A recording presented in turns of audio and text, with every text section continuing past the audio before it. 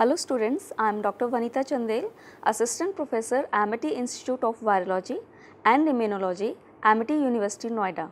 In this module, you will learn about a very important technique known as gel electrophoresis, its principle and types. For DNA or RNA, agarose gel electrophoresis is used, and for proteins, SDS page is used.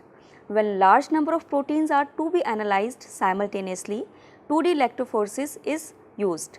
Gel electrophoresis is prerequisite of many molecular techniques such as PCR, cloning, sequencing and protein estimation, etc.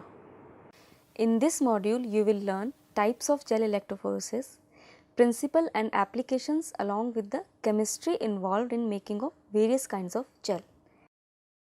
There are three main types of electrophoresis: agarose gel electrophoresis, SDS page and 2D electrophoresis. Electrophoresis is the movement of a charged particle in an electric field. Gel electrophoresis is most commonly used for separation of biological macromolecules such as DNA, RNA or protein. May be used as a preparative technique prior to the use of other methods such as RFLP, PCR, cloning, DNA sequencing or blotting. It is one of the most widely used techniques in biochemistry and molecular biology. So, what is the principle of this gel electrophoresis?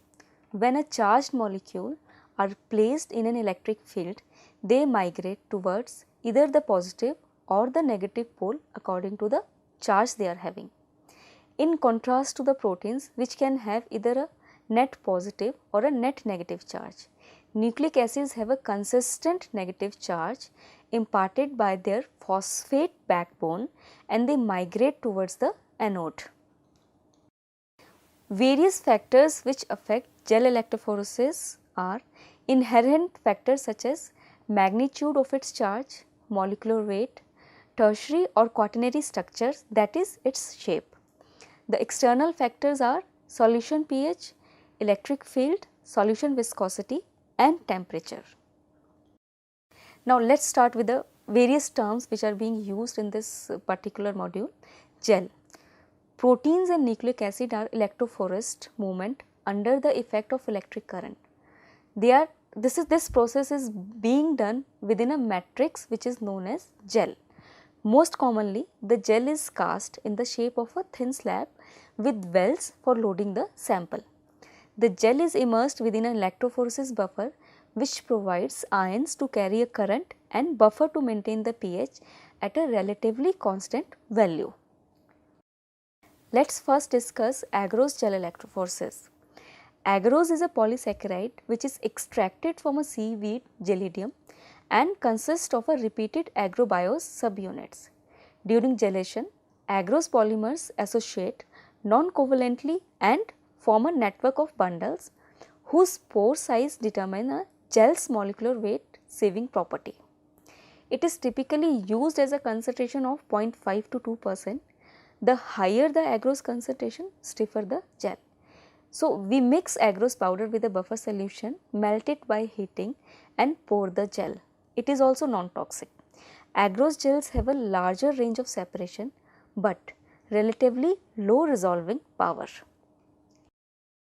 So, how to visualize DNA on gel? Definitely we will need to stain it, right? Intercalation between base pairs of nucleic acids result in a very strong binding.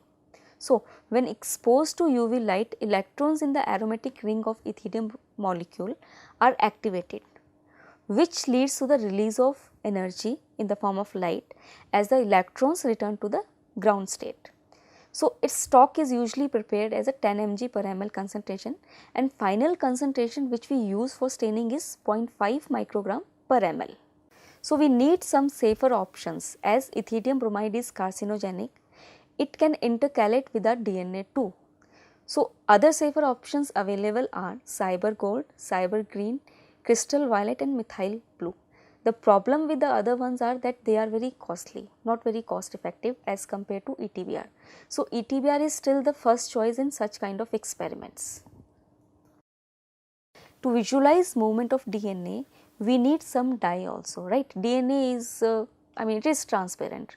So, loading dyes which are used in gel electrophoresis serve three major purposes.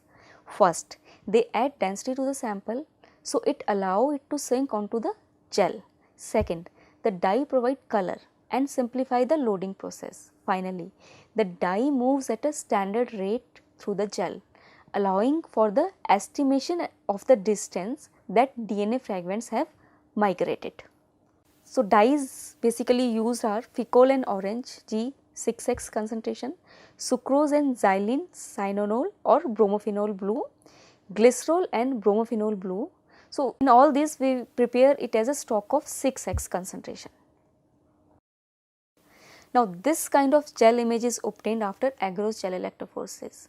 First one is in the colored view and second one is in the black and white.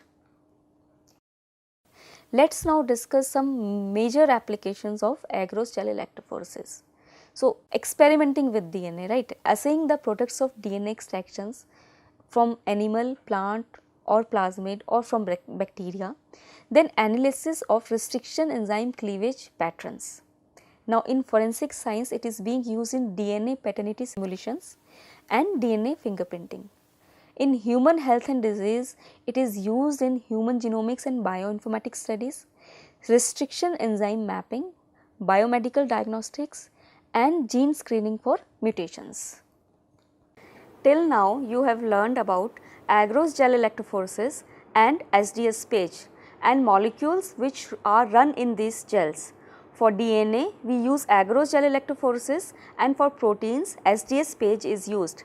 DNA and RNA are negatively charged. So, in the electric field, they move towards the opposite charge. When the pH is greater than isoelectric point, a protein has a net negative charge, and when pH is less than the isoelectric point, a protein has a net positive charge.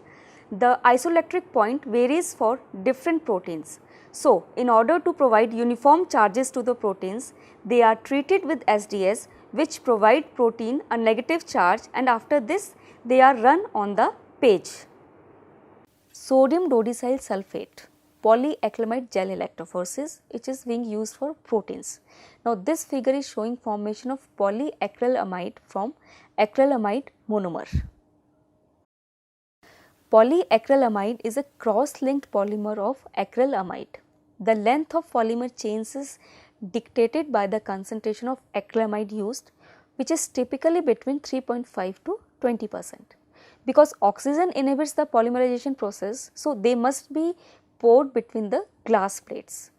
Acrylamide is a potent neurotoxin and thus it should be handled with care. Polyacrylamide is considered to be non-toxic, but polyacrylamide gels should also be handled with gloves due to the possible presence of free acrylamide in those gels. These gels have a rather small range of separation, but very high resolving power. So, this is just the opposite of agarose gels. In case of DNA or RNA, polyacrylamide is used for separating fragments which are less than 500 base pair. Let us now discuss the role of different chemicals we use in SDS page. Role of SDS. Sodium dodecyl sulfate is a detergent that can dissolve hydrophobic molecules, but also has a net negative charge attached to it due to the sulfate attached to it. Therefore, if cell is incubated with SDS, the membranes will be dissolved plus all the proteins will be solubilized by the detergent and they will be covered with many negative charges. This figure is depicting cross section of a polymer where there are tunnels of different diameters through which the protein will run in an electric field. Role of APS and TIMIT. Ammonium persulfate APS is an oxidizing agent which is used with TIMIT to catalyze the polymerization of acrylamide and bisacrylamide to prepare polyacrylamide gels for electrophoresis. TIMIT is a substance that allows the catalysis of acrylamide polymerization. This table is giving various ingredients of SDS page, like 20% SDS that we use, acrylamide is used in various concentration, APS and TIMIT. So, in various concentrations, and it depends upon the percentage of the gel that we make, and which again depend on the size of the proteins that we want to separate. We prepared two different gels. in case of STS page. First is your running or resolving gel, or second is your stacking gel. As the name suggests, the stacking gel is where the protein sample loaded is stacked, and in the separating or running gel the protein migrate according to their molecular weight. Lower the molecular weight, faster it will move, and if there is no stacking gel, the proteins will not resolve properly. So, stacking gel is very important. This is a diagrammatic view of the making of gel and how different buffers are being prepared. This figure depicts the running of the gel and how gel is casted and assembled. Now, we need to stain this gels also in order to see our protein, right. So, there are three different kind of stains which are available. First is your Comasi blue, then we have fluorescent stains and a silver stain. Comasi blue.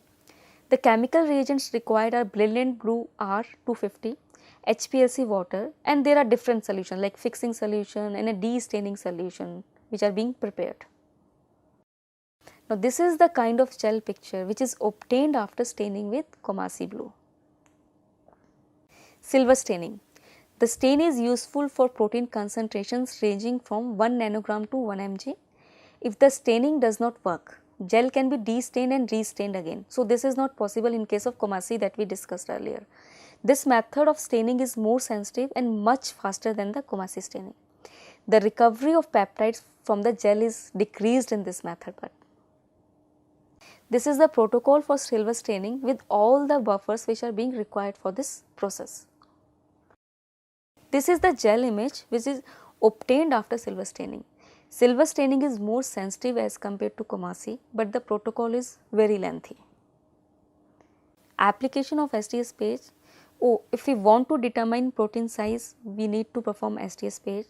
Then for protein identification also we need to perform STS page, and for blotting application this STS page is a prerequisite.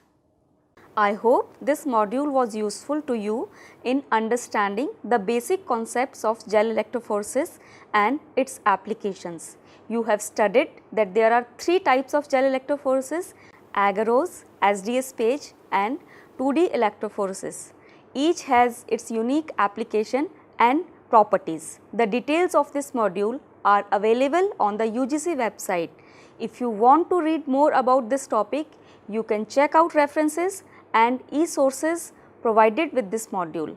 Go through the questionnaire also to see how much you have gained in this module. Thanks and happy learning.